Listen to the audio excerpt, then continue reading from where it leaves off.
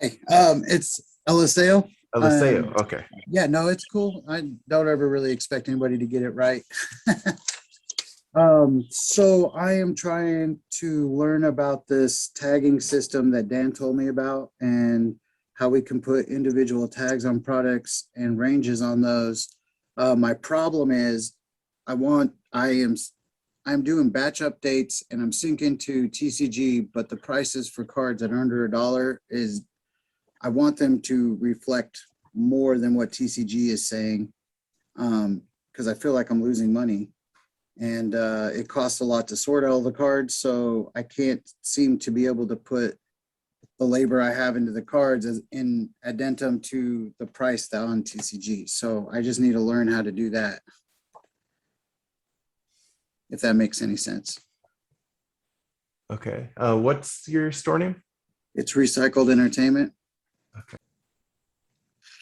What I want to do is I want to take all my cards that are matched up at TCG market that are $3 and less, and I want to add $1 to them. Okay. And then if they're 301 to $6 on TCG, I'd like it to add $2 to it. And then after that, I don't necessarily, I feel like the prices are okay, but I feel like the prices of the cards that are under $6, when we match TCG and, TCG is going to add a shipping cost to it, and it's going to take a couple days to get there. I just feel like in my in-store purchases, the willing to buy price is way higher than what the TCG market price is. And with how many Magic singles we sell, and you look and looking at what we're selling, most of the stuff most of the Magic singles I sell are under $6. And so when and I'm learning how to do the batch updates, right? So I'm not the best at it. It's usually my wife that does this, but I have been playing with this, trying to figure out, how can I implement this? But every single time, the batch update erases anything I did. But Dan was mentioning that we can put individual tags on products. We can put ranges that are custom on products for the batch updates. And so, maybe what I'm trying to say is if the card is 6 and above, I don't want it to be, I want the batch update to go through with whatever market is, but if it's under 6, I'd like a custom price. Yeah. The tricky thing with that is that if you use like price filters, we can't filter out what the card is going to be set to from the batch update. You can use a price filter based on what it currently is, right? So Okay. if you have a card that's like 50 cents and you could use like a batch update to look for anything between a penny and $1 and increase the price by $1 or something like that. Okay. I forget what exactly your range was, but it was like a penny and $3. Yeah. If you were to run, yeah, I like that card may end up getting like somehow left behind if like it becomes really popular at some point and the market price increases up to like $5. Well, I think. and I think I personally think that if the card went up, I'm looking at enough things that I would know. Okay. Right. Because I am Yeah. pretty deep into the Magic singles. And So obviously Magic singles are our number one product in the store overall. yeah, the only way I really know of that you could do that is I don't know, like you just had a batch update run today, it looks like. Yes. So let me see if I can share my screen. There's a couple ways you could go about it. Although, how would the tags work? Let me see. Yeah, let's see. So, hey guys, one good thing I would do is I would create tags that are basically if it's kind of like you could even say like tier 1, tier 2, tier 3, and tier 1 could be things that are, you know, $10 and up, you know, things that are, you know, between arbitrarily, you know, 2 and 10 could be tier 2, and anything under $2 could be tier 3. So he could just change the tag on an item if he's like, oh, I think this is going to go from tier 3 to tier 2, or even tier 1, like, or however they want to do it. They could move products within those tiers and then have the different batch updates only targeting the products that are tagged with one of those tiers. Okay, that makes sense. Yeah. So yeah, since you've just set your prices via batch update, if you wanted to, like, tier 1, we could make anything between what, $0 and $3 is what you said. Yep. So we could do like sell price between 0 and 3.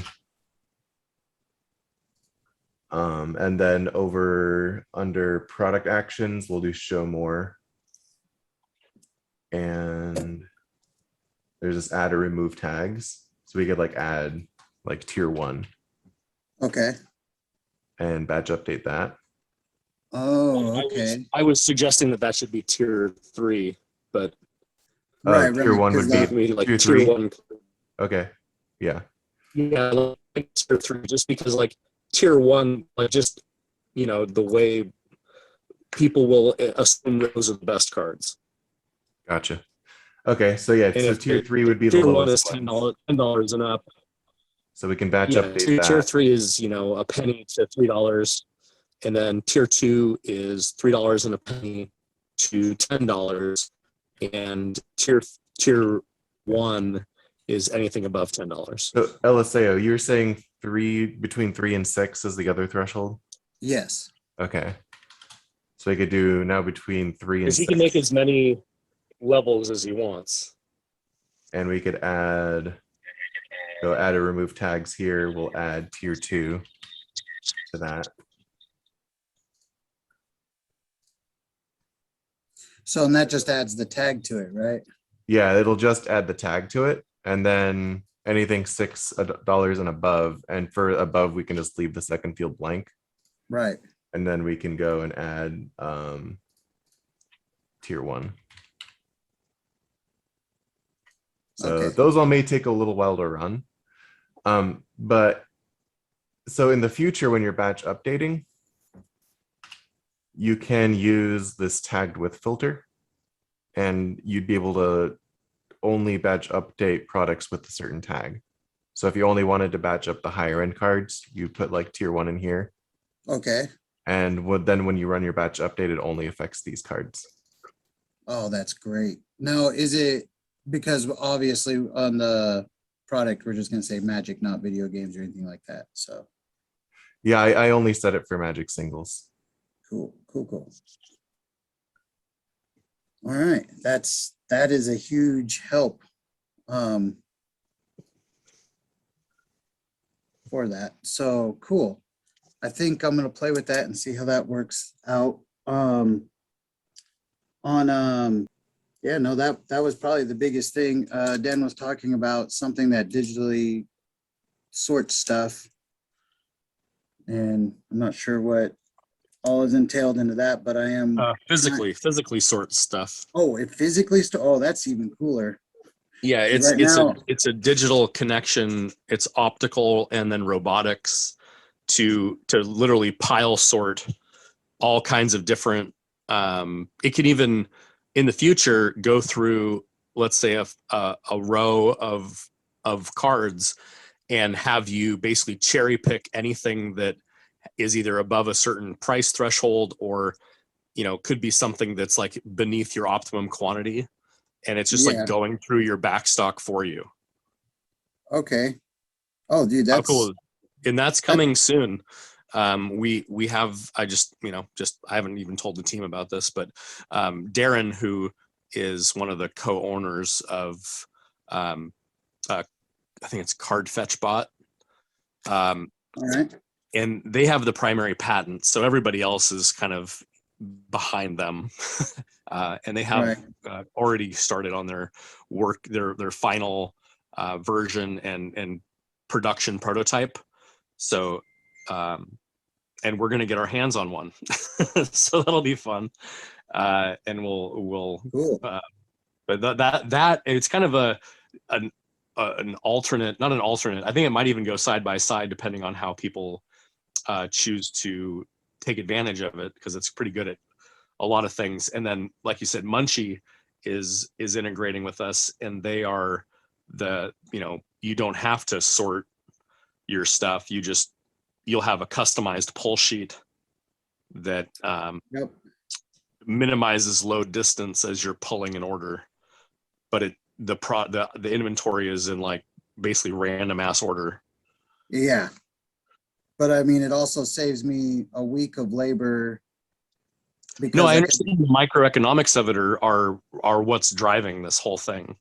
Yeah, well, I mean, it is scary because, obviously. Because labor per card, like the number of touches that it takes to do the full sorting and grading and databasing, and then picking and pulling and fulfilling and shipping. I mean, you're touching the items more than people realize. Oh yeah. Even when I sat down and started to analyze it, I didn't even realize how much labor was involved with it. But, I started off with me and my wife doing everything, and then slowly adding on more and more people. So on this. And you guys have been with us. You guys have been with us a long time. Yes. How many years have you been with us? I want to say it was 2012 or 13. Oh wow! So you're getting close to your 10-year anniversary. Yeah. Yeah. And you have 7. You said you had 7 employees now. I do. And when we first started with Crystal Commerce, a lot of the Nintendo, Super Nintendo, PlayStation 1, Sega stuff, we spent months uploading all that data to Crystal Commerce. Totally. And I know you've helped as we've upgraded the video game and console and all the different parts of kind of the secondary market of all things video games that we've worked on in the database. The catalog for that is getting pretty good. You guys want to see something cool? Yeah. Okay. Hey Paul, go to videogames.crystalcommerce.com. So this is now we're entering. We've just clicked an invite and we're entering a virtual dealer hall filled with whatever interesting things we want to click on and discover. Okay. So yeah, okay, jump. Yeah, click on. Hey, look, there I am. I got it for $0 in stock. I guess I got to change that. I recommend changing that. Make a I'm note. guessing it wouldn't actually. It's not $0 though. Oh, Yeah, that's interesting. I mean, I wouldn't think that I'd have it in at $0, but I have Well, found that sometimes. Yeah, we give you an alert when that happens. So yeah, this is anybody that loves video games can have their version of that starting point.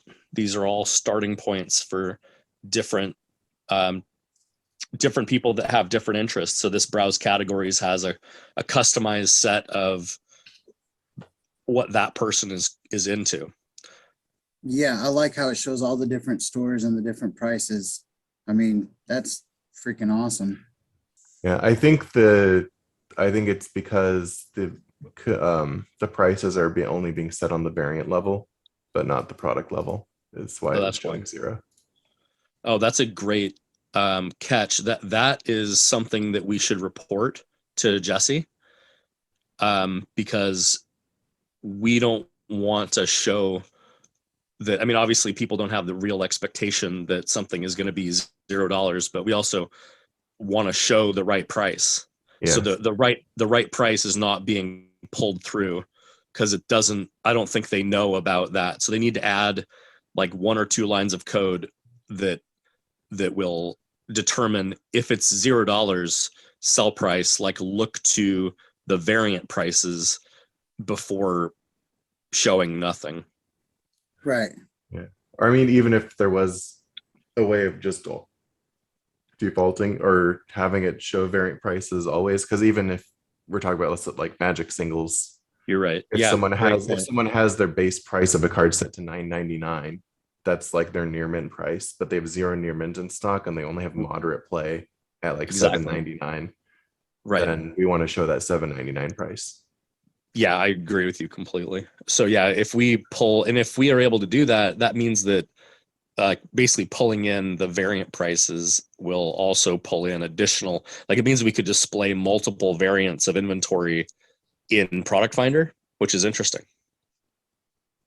Because right now you see one of their offers without seeing the variant, and so just FYI, it just needs to pull through basically one of the prices into Product Finder. We don't want to re-architect Product Finder because the Ally Network agreement will make what we're currently looking at. This will be version 2. So this is version 1, using Product Finder the way it's intended, which is to direct people right to the professional dealer's website. And then on that website landing page, they discover quantity and additional variants that are in stock. So there's more details on the click, but we want them to click the visit button, the visit link. And that's the goal. Cool. Yeah, absolutely. Yeah, because I mean, for me, I know win condition games. Those guys are awesome. I know Dragon's Den. That's another one. That's cool. I didn't even know win condition games did video games, to be honest, because every time I see them, they're buying Magic and Pokemon. Yeah, they're just, you're buying what you can find. But if someone walked up with a whole box of vintage stuff, they would totally be all over it. Well, for me, like, because I know the guys at Win Condition Games, and I know they do video games, and we are frequently doing the same TCG events, I could just be like, hey guys, can I put in an order and you guys just bring it? You guys could both turn on the Product Finder controls and have every product in stock and never show out of stock. And you can make 5% referring business back and forth with one another, being always in stock, which just makes your brand more valuable. On the Product Finder, do I need to put in different stores names, or does it just automatically do it? It automatically does it. Okay. Yeah. Cool. Go to account and preferences and then store. Yeah. Product Finder, yeah, for all products. And then if you want to make 5%, you click that bottom checkbox. Yeah, go ahead and click it. All right. Bam. So Yeah, this means that right now, Recycled Entertainment refers business. If you're out of stock on something, wait, let's see. Okay, well, this is pushing for all products. Do you want to show it for all products, or do you want to only show other stores when you're out of stock? I would rather only for out of stock. So the difference is like the when I'm difference out, is it if you sends it have to something. them. Oh, go ahead. Yeah, when I'm out, it will reference it to them, so that way I can still make the sale. But if it's for all products, that option is still there, and they could choose to buy their product instead of mine, but I still make the 5%, right? Yep. Okay, then I say, yeah, let's do, I mean, more is better in this case. Well, then, so what you want now is to recruit as many stores and as many people that want to be affiliates that don't have the product in stock, but they might have the audience. Is there Go ahead. Is there a list of stores that solicit Crystal Commerce that is just a list of stores? I mean, not really. You can go to exchange.crystalcommerce.com and it has, I mean, every store connects to that. Okay, so that's where I'm gonna find it. Okay, cool. Because I kind of just want to like look through and see who else I know. Yeah, because like my next 3 events is, I'm doing an event in Toledo, Ohio, then Dallas, Texas, then Seattle, Washington. So it's like I'm all over the country. And like my biggest thing is finding other stores. Well, this is Yeah, I was just saying the more the community is empowered to connect and refer and help people locate who is able to basically be the subject matter expert professional vendor. They're able to buy, sell, trade, find what they're looking for, and that means they could also earn that commission of 5%. And engage their audience and have something that's persistently valuable, because every time and their audience visits their brand, they're able to access their virtual exhibit hall. That dealer hall is connected to the live inventory of a lot of different stores, and it does also geolocate. So if they shared it in someone from Florida visits, they will see more stores that are closer to them. And if someone visits from, Montana, they would see stores that are closer to them, et cetera, et cetera. Oh, that's cool. Yeah. And because a lot of my customers travel to all these events, they do recognize these stores, like we do go play in other people's stores. And I think that would also help out with the virtual dealer and the exchange thing, is like my customers recognizing this guy's store would definitely buy from them just because they already know who they are. Yeah. And each of those folks that are just are if they're just a gamer that goes to events and they're just doing stuff, they can have one of these sites. They can make a brand, they can buy a domain name, and they can turn it on, and that's like a brand new layer of entrepreneurship that can happen. Cool. So once again, the virtual dealer thing is in the exchange.crystalcommerce.com. So that's a working example of one right now. Okay. And anybody, it's basically the equivalent of your website now. So if you go to Recycled Entertainment, this is, you're able to find things that are out of stock, or sorry, not out of stock, but that are in stock in the network. And things that are for pre-sale, you can actually find the places nearby that'll take your, get you on the list to reserve your inventory for pre-sale stuff. Right. So, the armada of allies is going to be vast. This adds something else that you hadn't mentioned yet.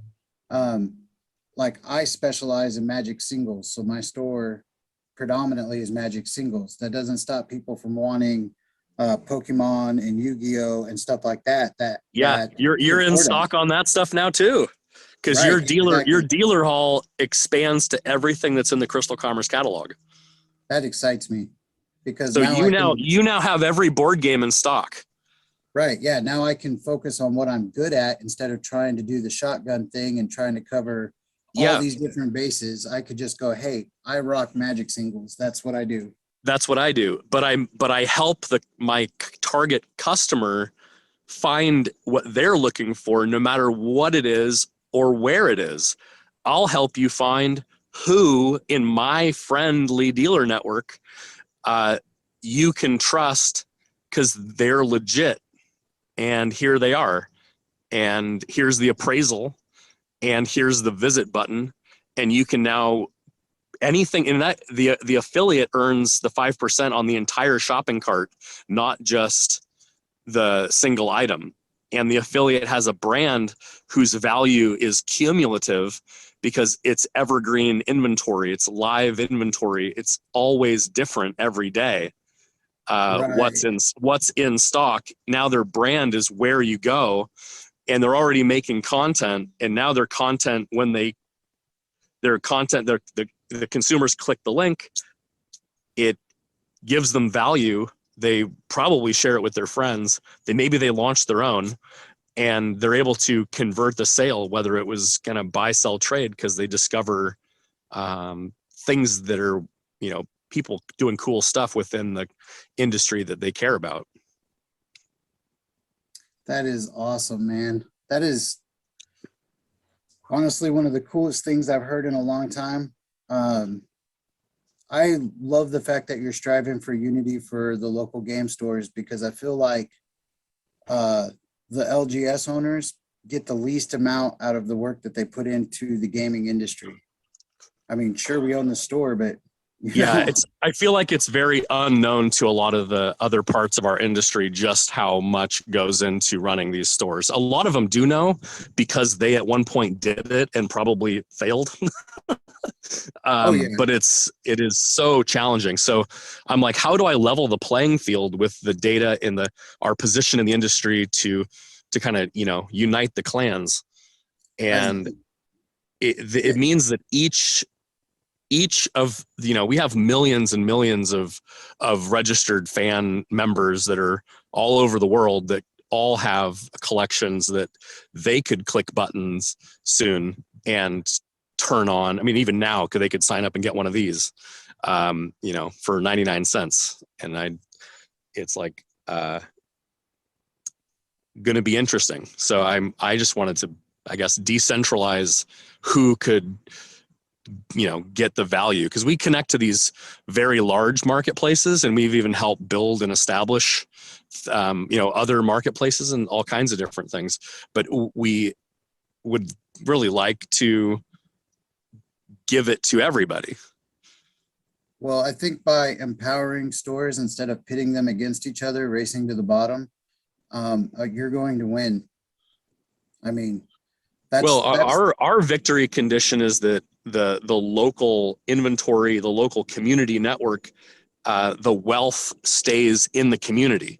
Like our victory condition, we run on 2.5%, so 97.5 cents of every dollar goes to the business, and we're like, how do we we want more transactions per day, frequency of repurchase, and average order size, and within the network, meaning small businesses buying and selling and satisfying their supply and demand needs within their local area network, surfacing what's available and even surfacing what's not available. And then you're like, well, I'll be on the lookout for that. Like at some point we'll surface data like, like most wish listed items, right? Like if you could see who the most wish listed items are and what people are connected to them, it would be valuable. Yeah, absolutely. And like, I'm located in Amarillo, Texas. So I'm like in the belly button of the United States. It's really easy for me to ship from coast to coast, to travel from coast to coast too. So I feel like this is a super powerful tool for me just because of my range, where if somebody's, on the East Coast or on the West Coast, it's harder to get product to the other side. Well, Dan, thank you very much for this. Paul, right? Yep. I really appreciate your gentlemen's help with this and learning your system even better, helping me be able to do this. Obviously, that helps you, but it gives me a lot of confidence in your product when you take time to do calls like this. And this is every day at 11 a.m. Pacific and 3 o'clock Pacific, 7 days a week. Okay. I will put that in my calendar every day at 11 a.m. And then what was the other one? 3 p.m., I believe. Okay. Excellent. And this is for onboarding Q&A, training teammates, training employees, even like reporting a bug, reporting, feedback on, anything. Cause we're also working within our roadmap for what engineering is working on each week, both short-term and long-term projects. So, we get a lot of feedback from our members on these daily huddles. Is there anything I can do to help you guys?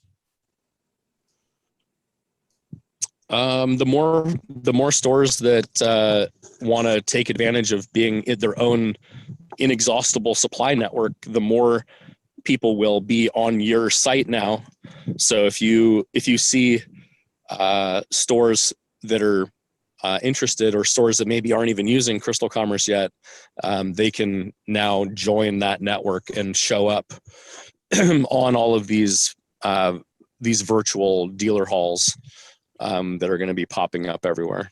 Okay, well, I'll definitely start hitting up, my. And any influencers or people that are making content, this is a really powerful vehicle for their brand to accelerate, because it creates stickiness between the click. Like, you're not sending the click to some other brand.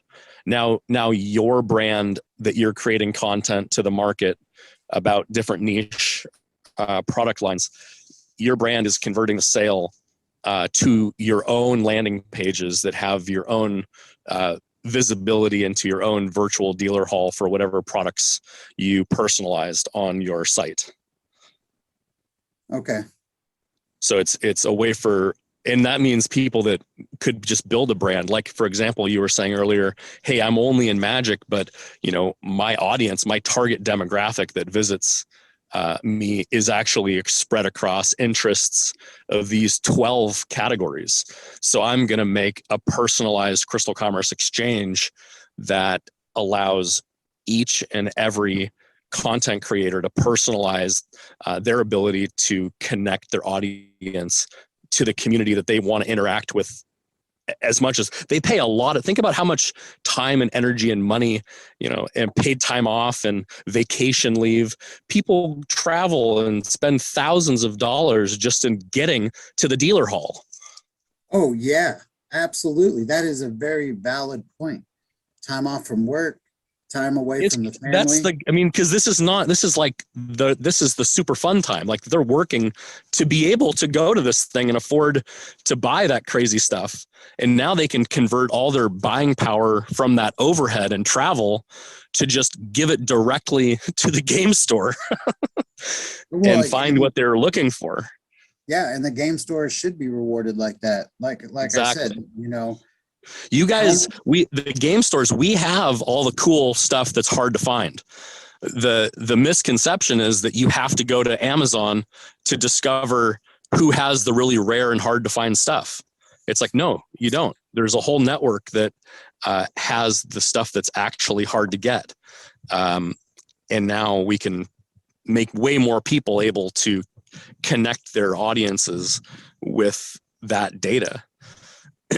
And keep the click, because right now we're educating the market about all the stuff that's happening, but then they just go to Amazon or wherever. So now we're like sort of like insulating that click. They're like, is the brand they're interacting with going to tell them what local game store has it right now, or are they just going to put the content out there and wait for the customer to say, oh, well, I guess I'm going to go to Amazon? Yeah, because it's easy. Because they're being inconvenienced, so they go to the place they've been trained that is convenient. Their customer is inconvenienced. That's what's awesome about this. It circles the wagon. It completes the chain that keeps the relationship with the brand. Because you're giving them everything they want and giving them that persistent evergreen value of the data is always fresh. The benefits of this are massive. And that's going to change the world, I think. I think you're right, bro. Like I said, empowerment is way better than pitting everyone against each other, which is what some of the other platforms really love to do. Yeah, well, everybody collaboratively can, because these are all personalized. You can add and remove categories and products from we have over 300, I think roughly 250 to 300 product types and like 1.2 plus million products at this point. And that's going to be growing like gangbusters now that we have more automation around that.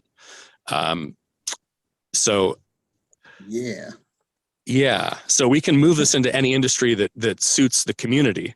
Every type of product line can be modeled in our catalog. So, like I said, the real benefit, the win condition is all of the revenue is transacted within local small businesses and none of it goes to multinational parasitical corporations. Nicely worded. Nicely worded, Brooks. And I'll That's what they step do. down from my soapbox now. I'm applauding you. I'm applauding you. Yeah. Cool. All right. So, man, you got me hyped up. I am definitely going to put some time into learning this and playing with it and setting it up. And like you said, creating content. I'm already creating content right now because, I want my webpage to be good, but I can just also put this on what you guys are doing, Well, now your webpage is extra good because whatever content you made, you can link it right to your own landing page that's going to have it in stock. Yep. So that's so cool. Man, I really appreciated you calling me today. This is the best news I've had all week. I love it.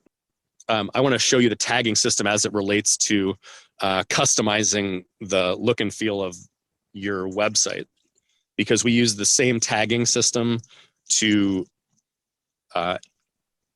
personalize all the different areas. So at the end of the URL, put in !, my tags. So each of those tag names and the quotes. So if you wanted to change the products that are featured, you would go to the admin inventory and then to the products page and then search for tagged with,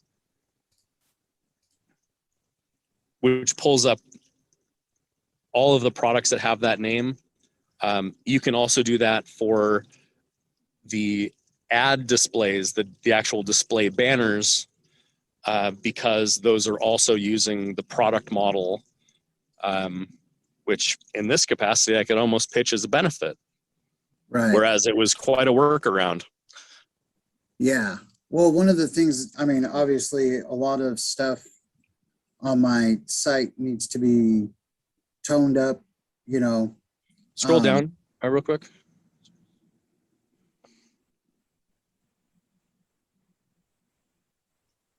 Okay. Like on the left here, or go back up a little bit more. Okay. So on this left side, right?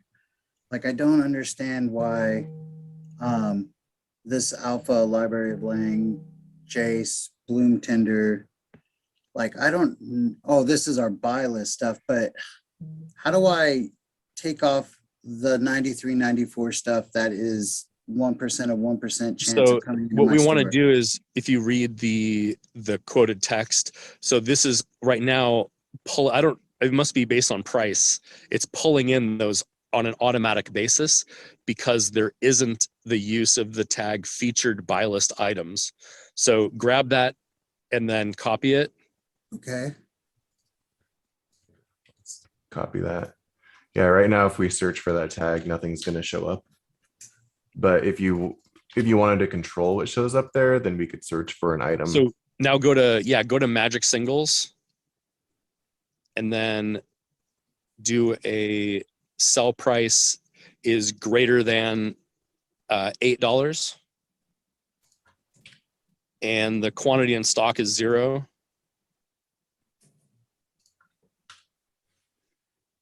And the quantity sold in the last 90 days is greater than 8. That's really cool. We got 2. Let's reduce it to 4 and reduce the price to 5 or 6. Yeah. We're pretty quick. 39 results. Okay, Yeah. great. So then we want to now batch tag. Yeah, we can add that tag, that featured buy list items tag. Yep. It's right there. Okay. Let's add that. And that is how it's done.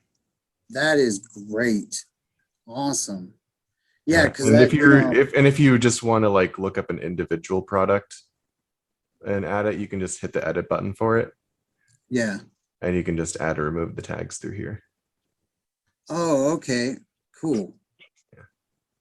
Excellent. Yeah, no, I think what I would use that for, honestly, is the new set just dropped. So I'd be like, I'm buying all the new set.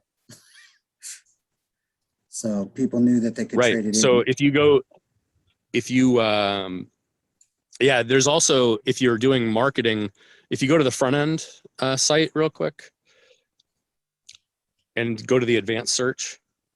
Oh, looks like this needs to be fixed.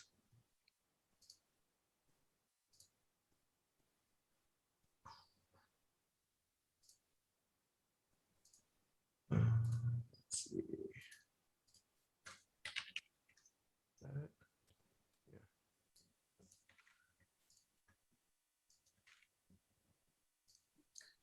Oh, SEO name. Okay. Yeah, the SEO name controls what comes after the .com/. So now if we go to advanced search, okay, now it's actually showing it. Okay, great. So there's two, we've got name includes and then also tagged with. So paste the buy list, featured buy list items, I think. Ooh, I was right. Cool. So, but now get it into buy list mode. Because what we're hunting for here is the URL, which is shareable, because the Oh. URL has all of these things, all the parameters are encoded into the URL. And so for his marketing purposes, he's going to be able to share this link that has his featured buy list items. I would love that because so many people like. And then it will pull them. It'll pull them into everything else he wants to sell. Wants them to sell. But people don't bring all the stuff they have into the store. They have tons in the garage. They got it in the basement. They got it on shelves. They got it in closets. You know, it's all over the place. Trust me. And their significant others probably like, why don't you turn that into some money so we can go do something? Exactly. And so if we give them the ability to shop the buy list and see how much store, because you can do a store credit multiplier. Did you know that? So I know about it, but I haven't played with it. So you could give, let's say 10%, you could give 20% more in store credit because anyway, it's a really cool way to trade. It's kind of whatever your business model can support.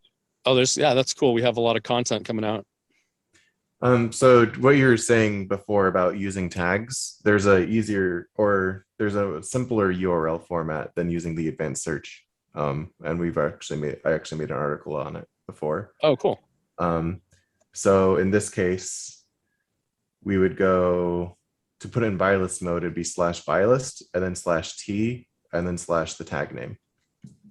So we could go recycled entertainment /buy list /t /featured buy list items, or that's not it, is it? Yeah, it is. And this URL shows all the products with that tag, and it's already in buy list mode. Nice. That's beautiful. Awesome. Yeah. So for the buy list, it's /buy list /t and then the tag name. And then if you want it to be in like normal mode, it's /catalog /t and then the tag name. So if we did like tier 1, like we said before, not that you'd want to do this, but if you did, this is all the cards that have the tier 1 tag that we added earlier in this call. Cool. And if we wanted to have them in buy list mode, we'd just replace catalog with buy list. And now they're all in buy list mode. And if you wanted to create a temporary tag that you could use for a specific promotion, you could also add the layer of quantity in stock to tier 1. And then you could have like the tier 1 cards that are out of stock. You could put that into buy list mode. Or you could put it as in stock, and then it's like a bunch of the good stuff as a interface that someone would get as the landing page URL. Yeah, if you wanted to use additional like quantity and stuff filters, then you might want to use the advanced search. Oh, hey Paul, go to the admin real quick. Yeah. Well, showing that I think is great because being able to, because any of those filters that you put in will be encoded into the URL. So if you wanted to make an email that let people see all of the green rares and mythics from, you know, all of Magic singles. Yeah, we could just copy that URL. Then you copy that URL and you do that for each of the different colors, and you use that as something that you paste into every single email that you send out. Okay. Because it means that they're like, because let's say they're just wanting to go look at your, think about how they walk up to your dealer booth, right? They go to the color that they're interested in. Oh, yeah, no, that makes sense. That definitely expedites their So now search. they're one click away from lands. They're one click away from artifacts. They're one click away from multicolor cards. They're one click away from commander cards, or they're one click away from dual lands, right? Yep. Yeah. That And is all awesome. those links, I would make a word cloud of all the links that you can think of, and make, so if you think of the links, then you'll know what tags to make. Yeah, and I already got ideas roiling in my head right now about this. But if So you, I guarantee you that that will improve the click and the conversion rate of anybody that sees that. Your audience wants some of it. Like you could say foils, you know, over $50. right. Yeah, no, that's also a good one. And like how I'm thinking of applying it is, once again, I go to these events and there's only so much time between when the event starts and ends. So I'm constantly looking at new ways to communicate to my customers. Right now, I just have Staying in touch, yes, and reasons to keep in touch, right? So oh, yeah. now every single thing that's happening in the industry, you have a link and a landing page for. Yeah, and that's what I was saying. I personally use a lot of QR codes because people Sure. walking by, they just hit For them up. physical stuff, yeah. And now you So can QR code to obviously any of these landing pages if you're in person with them. So you brought up something that is so important, and I almost didn't mention it. The other cool thing is because you talked about the event ending, yes, right? And you want to stay in touch. absolutely. What if the event never ended and you're Oh, always in touch? Because exactly. each of these people already has a Crystal Commerce account. It's already connected with the vendors that they like to buy and sell with. They're constantly connected. And so when the event is everyone's together in one room, it's like, hey, all of our devices are here. So we're frictionlessly connected between, and this will be more and more the case in the future, my collection and my favorite, local subject matter experts, dealers, vendors, the people that I know in the industry and my friends that are, doing cool shit. The people that I find relevant, right? That's who I'm going to be connected with. Exactly. And it's persistent. So you take the whole virtual exhibit hall home with you. Yeah, and the more I learn it and I can communicate it, the more my customers will use it, thus empowering the whole thing. This is great. It creates a And like I thought flywheel. this was great 20 minutes ago. You just blew my mind again. So I had no idea that we could Just do like all this. just like what we're doing, your store never closes, right? They can Yeah, always jump on their phone and walk right into your store, see what you're buying, see what you're selling, see the new stuff in stock, take pre-orders. They can do all their transactions that they need without being physically face to face. But when you are face to face, now that never ends either. right. Yeah. Yeah, exactly. Dude, this is revolutionary. I feel like I've only been using Crystal Commerce for 10% of what it's available, what is potential. Well, you got to start with the 10% that makes the most sense to you at the moment. And then there is more. And now we're just expressing more of what you can do and more of what we're creating, because we're actively creating and deploying new stuff, I don't know, every week or two. Well, that is important to me.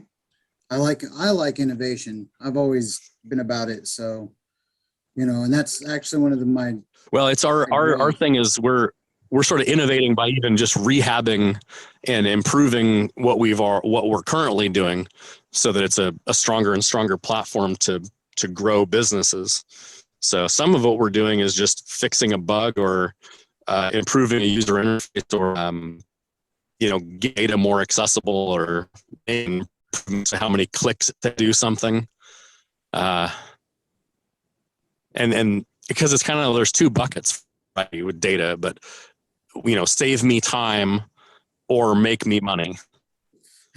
right? Both is a positive. Both is very good. Like, make me more efficient or give me additional, sales and revenue opportunities. Both are very important. So we don't try to stick with just one or the other. Try to kind of create evolutionary improvements in both. Yeah. All right. Well, And that's why we listen to our members and take all their feedback when these sessions are so important, because we capture ideas. And what we do, guys, where do the ideas go? Can someone elaborate kind of what our current working process is, just so our members are more aware of, like, what happens to my idea when I suggest that thing that's a really good idea? I think the fact that you listen to us is Don't all jump in at once, but I do want between Paul, Darren, and Edmund, they know exactly where the ideas go once they're into our platform road mapping technology. Yeah, it goes into AHA, which is what we use for organizing ideas and tickets and stuff. And yeah, we'll promote ideas into tickets for our engineering team and prioritization. cool. Well, so That's right. Yeah. And from there, the process moves through user experience and sort of the web interface to get the result. And then it goes into, we're communicating that with members that are interested in that area of the technology to get feedback on the user interface before it goes to coding and engineering. And then it goes to code, we move it into staging and testing, and then we're communicating that it's available and it's live, and fielding any feedback that members have about the new technology and how to use it. So that's a good process. Yeah. All right. I think that's probably covered a lot of good stuff. Probably a good stopping spot. We're a little bit over time. So Yeah. Yeah, absolutely. You guys dropped a lot on me, and I'm going to do my best to absorb it. But now that I know that I can hit that URL at 11 and 3 o'clock and get in on this and hear what you guys are talking about, and also be able to drop stuff in, like, this is exactly what I needed to tone up my Crystal Commerce usage to be better. I don't know. I look at it like exercise, right? You gotta use it to get better with it. Yeah, that's right. And we need to just keep lowering the barriers to entry to getting that value, and that's what these sessions are all about. So thank you so much. This is awesome, and have a great day. All right. Thank you, Dan. Thank you, Paul. Y'all have a great day. All right, thanks, guys. Bye-bye.